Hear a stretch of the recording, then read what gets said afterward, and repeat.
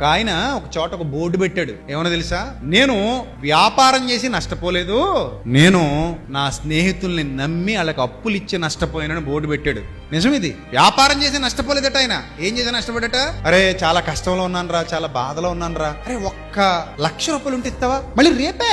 ఎప్పుడు అరువు రేపు అన్నట్టు. కొట్టు దగ్గర చూడండి, అరువు రేపు. అలాగే నీకు కూడా ఇంకివ్వడం ఇంకా రేపే. ఇక రేపులు వస్తుంటాయి అంతే, డబ్బులు రావు. ఇది నిజం. ఇది రేపుల మీద రేపులు వస్తానే ఉంటాయి, ఎల్లుండి మీద ఎల్లుండులు వస్తానే ఉంటాయి, సంవత్సరాలు దొరుకుతానే ఉంటాయి, కానీ నీకేం రావు, డబ్బులు రావు. గట్టిగా వెళ్ళి ఏమైనా అడిగా అనుకో, ఏమంటాడు తెలుసా? ఇస్తాంలే, ఎక్కడ పోతావు, ఓ రోజు వచ్చేస్తున్నా, మరీ దారుణంగా తయారేవు నువ్వు, ఎక్కడ పడితే అక్కడ అడిగేస్తావు నువ్వు, ఎక్కడ పడితే అక్కడ ఆపేస్తావు నువ్వు అంటాడు. అంటే దీన్ని ఎదురు దెబ్బలాట అంటారు. అంటే నేను ఇవ్వను అని చెప్పకుండా అందంగా ఇవ్వకుండా చెప్పడం అనమాట. అదే అడిగేటప్పుడు మాత్రం ఎలా అడుగుతుంది? అరే బాబు ప్లీజ్ రా, ఒక్కసారి రా, ఇది ఒక్కటే రా, ఈ ఒక్కసారి రా, ₹1,00,000 రా, ₹50,000 రా, ₹10,000 రా అంటాడు.